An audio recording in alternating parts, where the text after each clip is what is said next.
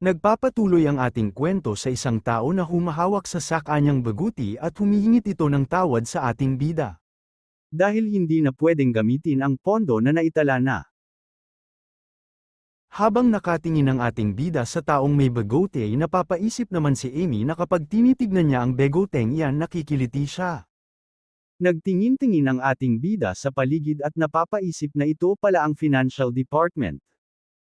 Habang tumingin siya sa taas may paghihinala siya sa mga nangyari dito ngunit sa palagay niya tinitignan lamang siya ng mga tao dito na may pagmamaliit. Napabuntong hininga naman ang taong may bagote habang makikita sa mukha niya na hindi niya gusto ang ating bida. May bigla namang ginawa ang ating bida na ikinagulat ng taong may bagote. Ang ating bida pala ay umupo at tinawag niya ang hangal. Sa seryusong tingin ng ating bida sa hangal tinanong niya ito na niloloko ba siya nito. Sa mga narinig ng hangal kaagad naman itong natakot pati na rin ang mga tao sa paligid at humingi ng paumanhin. Napatanong ang ating biba na ang dapat na halaga ng ginto na kanilang makuha ay 500 ngunit bakit hindi man lang sila makakuha kahit 100 na ginto. Sumagot naman ang hangal na yun lang ang nangginto na natira pagtakapos ang pagbabawas para mapanatili ang palasyo kahit ang maharlika sa ibang kaharian ay sinusunod. Ngunit napabuntong hininga naman ang ating bida at napasabi sa hangal na talagang inaasar siya nito. Dagdag pa ng ating bida na matatawag bang pinapanati ang palasyo kung merong mga bitak ang sahig at may mga damo sa loob nito, pati na rin ang harden sobrang dami ng damo at ang mga burol ay malapit. Nang babagsak habang nagsasalita ang ating bida nagchichismisan. Dugtong pa ng ating bida na kahit saan tignan nito ay parang isang haunted house at sabi din ng ating bida na paano ito mapapaliwanag ng hangal na bahagyang ikinatakot nito. Pagkatapos magsalita ng ating bida nagkaroon naman ng katahimikan sa paligid. Habang tumitingin ang ating bida sa hangal napapaisip siya na siguro nababaliw na siya sa kanyang ginawa kaya pumunta siya rito. Dadag pa nito na inaasahan na niya kung anong klaseng palusot ang ibibigay niya sa kanya at sumagot na nga ang hangal na ang paggamit ng maintenance fund ay pinangangasiwaan ng financial department. Ngunit napabulong ang hangal na kahit na kumikilos raw ang ating bida ng ginito ang lugar nato ay sila ang namamahala sa budget at hindi ito lugar kung saan madali lang humingi pera. Bigla namang tumayo ang ating bida at naiintindihan niya ang mga sinasabi ng hangal dahil ngayon lang niya nalaman ang tungkol sa mga bagay na yun. Ngunit napasabi ang ating bida na kung dito man o sa lupa ay pinapalampas lang nila ang sisi na ipinagtataka naman ng hangal. Sinabihan ng ating bida si Amy na apos na sila rito at tinanong naman siya ng hangal na pupunta ba ito sa maintenance department. Lumingon naman ang ating bida at tinanong pabalik ang hangal na bakit naman siya pupunta doon. Habang papalabas ang ating bida napapasabi siya sa hangal na sigurado din siya na pareho lang ang mangyayari kung pupunta siya doon kaya sa palagay ng ating bida na kailangan lang ng hangal na mayang ang kanyang oras. Sinabihan din ng ating bida ang hangal na ibili na raw nito ng kahit ano ang mga nakuha niyang pera. Habang naglalakad ang ating bida at si Amy napapabiro siya rito sa lugar dahil sobrang ayos rito. Habang patuloy silang naglalakad napapasabi ang ating bida sa kanyang isipan na syempre ang kanyang katulong ay tatakbo palayo kung ang mga maharlika ay ganun ang ugali, sa kabila nito tiniyak nilang uuu ang kanilang bayad. At dagdag ng ating bida na lahat ng pasanin ay ginawa lang ni Amy ng mag-isa at tinawag ng ating bida si Amy at agad naman itong sumagot. Tinanong niya ito na pwede ba siyang kanan ng espada nito na ikinabigla naman ni Amy.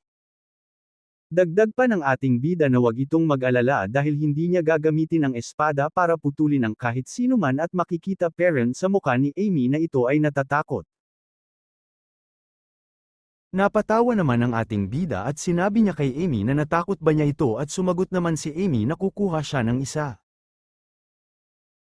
At nagmamadali nang kumuha si Amy habang pinagmamasdan ito ng ating bida.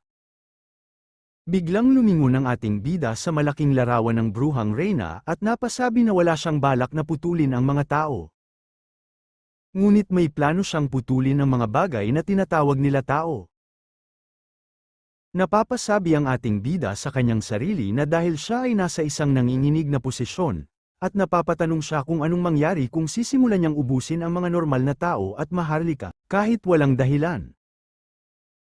Sinagot din naman niya ang kanyang katenonga na siguradong ituturo siya ng mga tao na nababaliw na at agad na ipatapon sa malayo. Kaya wala silang paninindigan. Wala rin siyang intensyon na maging biktima sa mga bulok na mga maharlika. Palit ng eksena sa isang baboy ramo na pinatay. Nakita ito ng ating bida na ikinagulat ni Amy at napatanong na siya ba ang pumatay nito at sumagot naman ang ating bida na hindi niya alam dahil nakita lang niya ito sa harap ng palasyo. Inutusan niya si Amy na kumuha siya ng plato at isang imbakan at napapasabi siya sa kanyang sarili na ang lahat ng mga sinasabi niya kanila ang walang katotohanan dahil siya talaga ang tunay na nakapat. Ay baboy ramo at wala ng saysay kung ipagsasabi pa niya ito kay Amy. Bigla namang limapit si Amy at sinabi na siya na lang ang dapat niyang patayin na ikinagulat naman ng ating bida. Habang umiiyak na sinabi ni Amy na hindi niya hayaan ang dugo ng hayop na makahawa sa kamay ng ating bida. Napapaisip naman ang ating bida na natapos na niyang hawakan ang mga yun at patuloy pa rin sa pagsasalita si Amy na dapat nilang ipagawa ito sa butcher dahil hindi raw mag-ingat ang ating bida rito at maaari pa siyang masaktan ulit. Sabi naman ng ating bida na ayos lang yun dahil wala namang nakakakita na ikinatakot naman ni Amy. Sinimulan na nga hiwain ng ating ang karne, napapasabi ito na kahit humiling siya na makita ang hari hindi pa rin siya pahihintulutan dahil sa politikal na kaganapan at sa ibang departamento naman ay wala siyang plano rito. Dagdag pa ng ating bida na parang may sakit ang Reyna dahil ginawa niya ang lahat upang pabagsakin siya nito dugtong pa ng ating bida na siya ang studyante ni Hercules ang master na kayang malagpasan. Ang lahat ng bagay at dahil rito naging madali lang niya ang mga ganitong bagay. Habang kumikinang sinabihan niya Soy Amy na ito ay baboy ramo ang magiging hapunan niya at tahimik lang na nanonood si Amy rito, dagdag pa ng ating bida sa kanyang isipan na ang panganib na dulot nito ay wala lang sa kanya. Palit ng eksena sa silid ng bruhang Reyna.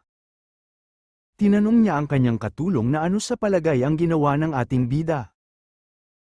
Tinanong naman siya pabalikang katulong na ang ibig sabihin ba niya ay si Prinsipe Davy at sumagot naman ang bruhang Reyna na tama siya rito at kung lalo pa niyang iniisip ang ating bida mas lalo pa ay nag-iba at hindi ganyan ang nakilala niya Davy.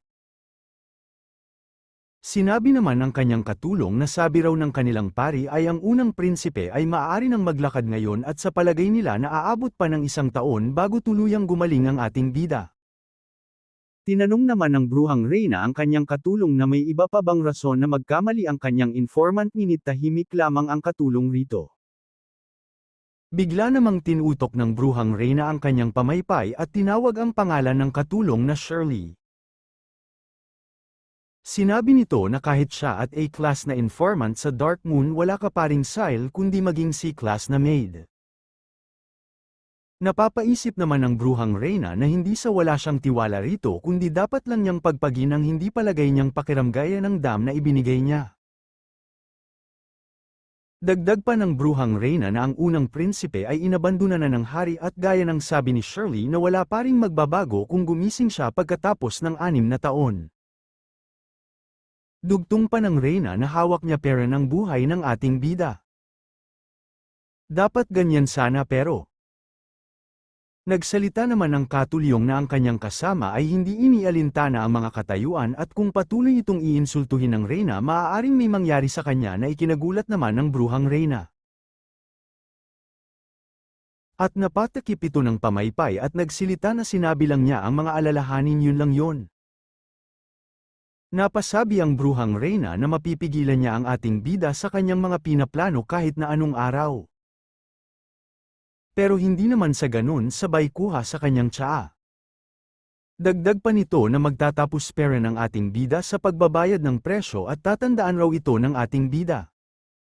Sabay tapon sa kanyang tsaa at pinaalis ang kanyang katulong. Dagdag pa ng bruhang Reyna na kahit saan niya tignan mas mabuti paring palayasin ang mga asong hindi susunod sa kanya. Umalis na nga ang katulong at sinanya sa bruhang Reyna na mag-uutos kung dadating ang araw. Palit ng eksena habang ang ating bida ay masaya sa kanilang pagkain. At dito na muna natatapos ang ating kwento mga idolo. Salamat sa panunood hanggang sa muli.